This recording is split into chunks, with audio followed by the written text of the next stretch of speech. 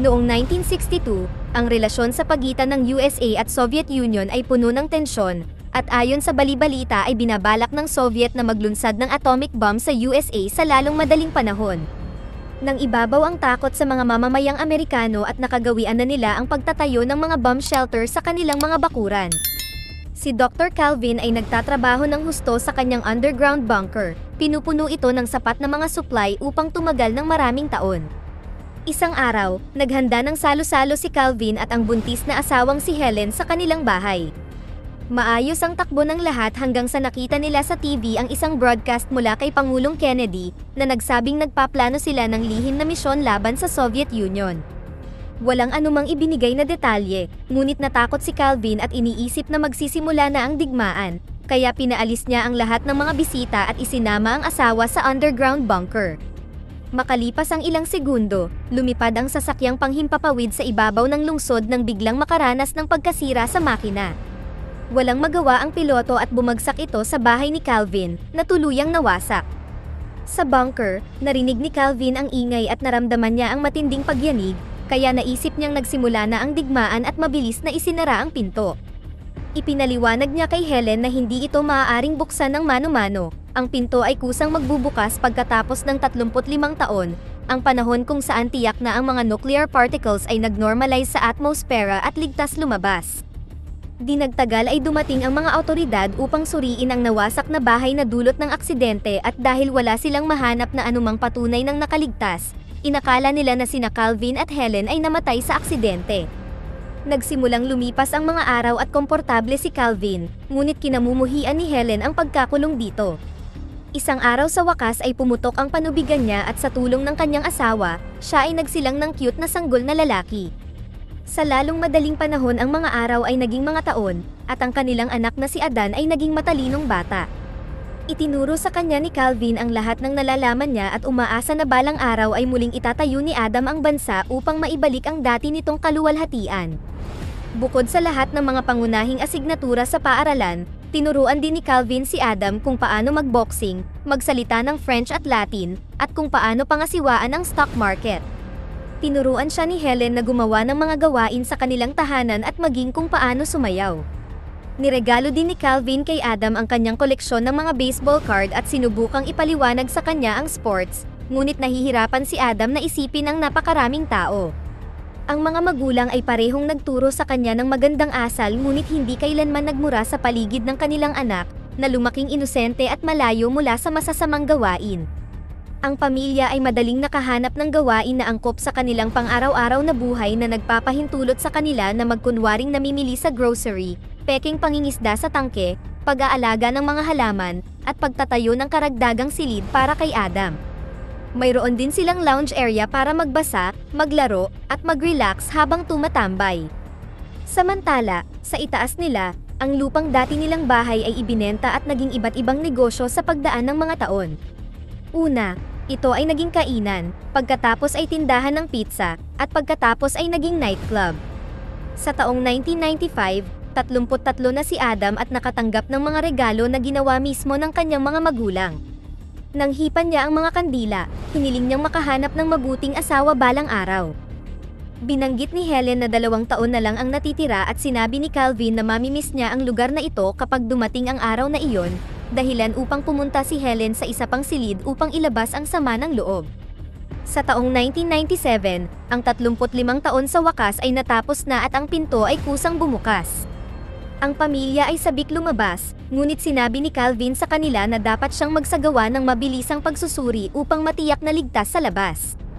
Pagkatapos magsuot ng radiation suit, sumakay siya ng elevator at lumabas sa abandonadong gusali na naging tahanan ng grupo ng mga lasing na pulubi.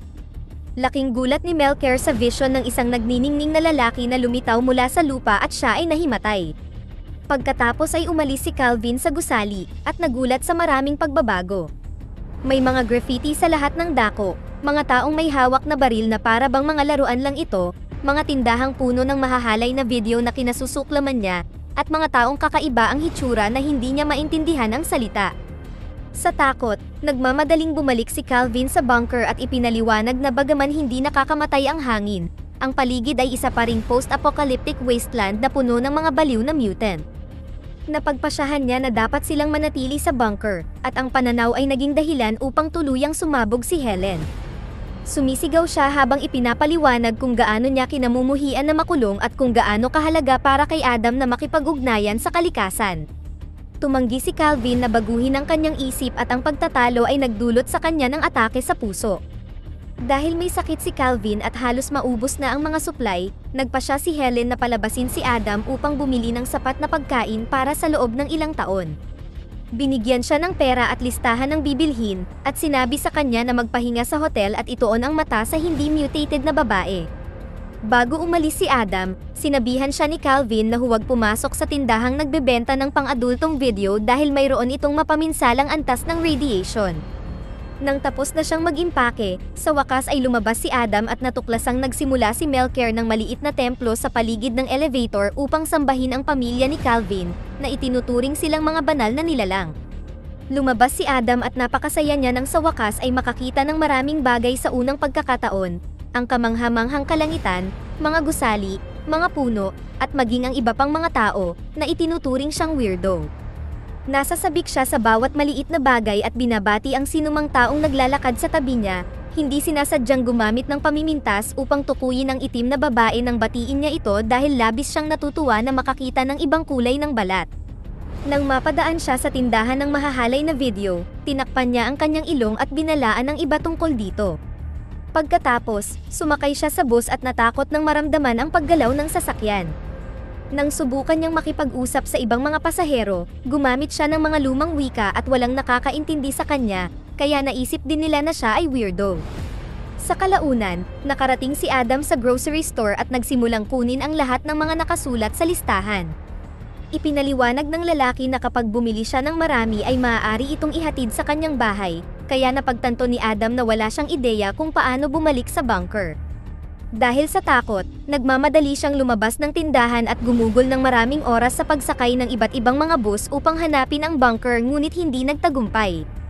Nauubusan na rin siya ng pera, kaya pumasok siya sa hobby shop para ibenta ang mga baseball card ng kanyang ama. Alam ng may-ari ng tindahan na ang mga ito ay antigo at mataas ang halaga ngunit sa halip na sabihin kay Adam, nag-alok siya na bilhin ang lahat sa halagang $500 lamang. Bago matanggap ni Adam, ang assistant ng tindahan na si Eve ay namagitan at sinabi kay Adam na siya ay niloloko ng may-ari ng tindahan dahil ang bawat isa sa mga card na iyon ay nagkakahalaga ng $4,000 o hanggang $6,000 pa nga. Ininsulto ni Eve ang kanyang amo at nag-quit sa trabaho, na naging sanhi ng labis na paghanga ni Adam kay Eve at nagsimulang magkagusto sa kanya. Sa sandaling nakalabas sila sa tindahan, hiniling ni Adam kay Eve na ihatid siya sa hotel. Noong una, tumanggi si Eve at sinubukang lumayo mula sa kanya, ngunit mabilis na nagbago ang isip niya nang mangako si Adam na babayaran siya ng 2 baseball card. Habang nasa biyahe, pinili ni Adam ang lahat ng mga lumang kanta sa radyo, na para kay Eve ay masyadong weirdo. Sa sandaling naihatid ni Eve si Adam sa hotel, agad siyang umalis nang walang sinasabi. Pumunta si Adam sa kanyang silid at nang tumingin siya sa bintana, laking gulat niya sa tanawin mula sa 18 palapag, pagkatapos ay nag-enjoy siyang manood ng telebisyon na may kulay. Sinigurado rin niyang gumising ng mas maaga para panoorin ang pagsikat ng araw. Kinaumagahan, pinuntahan ni Eve si Adam sa hotel para ibalik sa kanya ang mga card dahil nakonsensya siya sa sobrang natanggap na bayad para sa ganoong kasimpleng gawain. Pagkatapos ay sinubukan niyang umalis, ngunit pinigilan siya ni Adam sa isang alok, babayaran siya nito upang maging kanyang assistant at tulungan siyang bilhin ang lahat ng mga kinakailangan para sa bunker. Sumang-ayon si Eve at magkasama silang namili ng sapat na supply para tumagal ng 2 taon, umupa ng delivery truck sa proseso. Nabigla rin siya kay Adam nang sabihin niyang gusto niyang makahanap ng mapapangasawa. Pagkatapos mamili, dinala ni Eve si Adam sa kanyang bahay at ipinakilala sa kanyang roommate na si Troy, na nagsimulang magtanong kay Adam ng maraming katanungan nang mapansin niya kung gaano siya namamangha sa lahat ng makabagong teknolohiya. Nagsinungaling si Adam, na nagsabing siya ay mula sa Alaska at narito siya para sa business trip.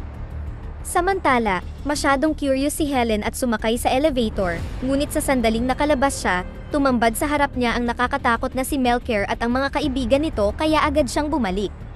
Kinabukasan ay nagpasya si Troy na kailangan ni Adam ng fashion makeover, kaya namili sila ng mga bagong kasuotan na lalong nagpagwapo sa kanya. Sa sumunod na mga araw, dinala ni Eve at Troy si Adam sa maraming bagong karanasan, tulad ng pagsasayaw sa modernong musika, skateboarding, at pagtanaw sa karagatan. Natuwa si Adam kaya tumalon siya sa tubig nang walang pakialam. Nakapanood din siya ng baseball game at sa wakas ay naintindihan niya kung bakit nagustuhan ng kanyang ama ang sport na ito. Isang hapon ay nagsimulang umulan at si Adam ay nakatayo sa ilalim ng ulan na puno ng pagkamangha. Nang lumapit si Eva upang suriin siya, niyakap siya ni Adam upang ibahagi ang kanyang kagalakan, sinabing tatawagin ito ng kanyang ama na isang himala.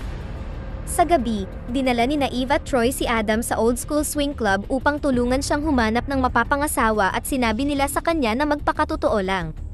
Ang mga babae sa club ay agad na naakit sa mabuting personalidad ni Adam, magalang na asal, at gwapong hitsura. Mabilis na nakuha ng karibal ni Eve ang atensyon ni Adam at nagsimula silang magkasundo, kaya nagselos si Eve. Hinila niya si Adam sa gilid at sinabi sa kanya na kailangan niya ng mabuting babae sa kanyang buhay, hindi isang manloloko. Pagkatapos, hiniling ni Adam sa isa pang babae na sumayaw at sila ang pumalit sa dance floor, na nagpahanga sa lahat dahil sa kanyang kamangha-manghang kasanayan sa pagsasayaw.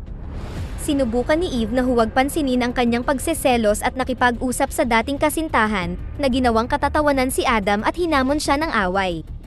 Gayunpaman, ginamit ni Adam ang mga natutunan niya sa boxing upang agad na takutin ang lalaki.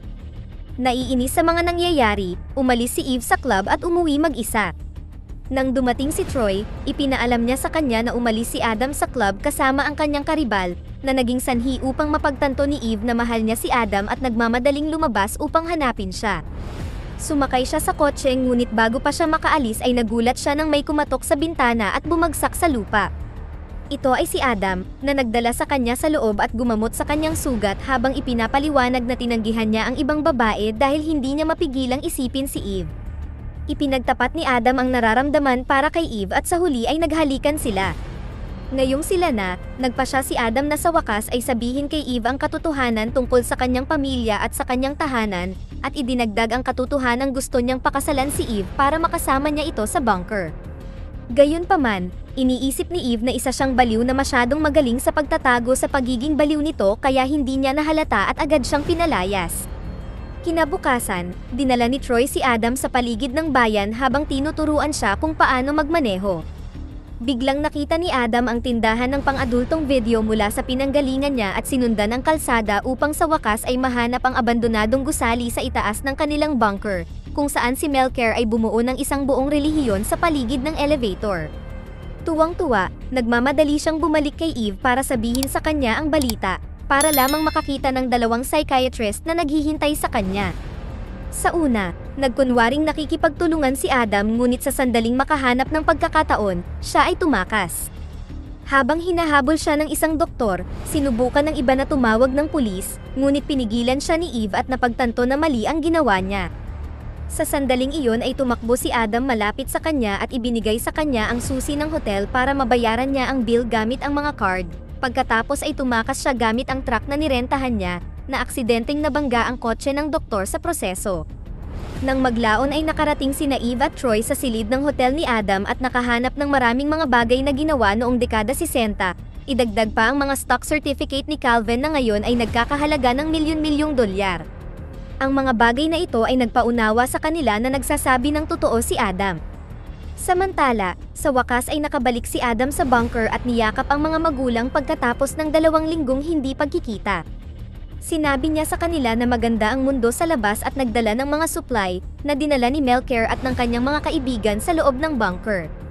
Bumalik kay Eve, desperado siyang mahanap si Adam kaya dinala siya ni Troy sa tindahan ng pang-adultong video at nagsimula silang tumalon sa sahig, sa pag-aakalang maaaring mahanap nila ang bunker doon. Wala silang nakita at nagpas siyang umalis, ngunit sa kanilang paglabas, nakita nila si Adam na patungo sa katabing gusali.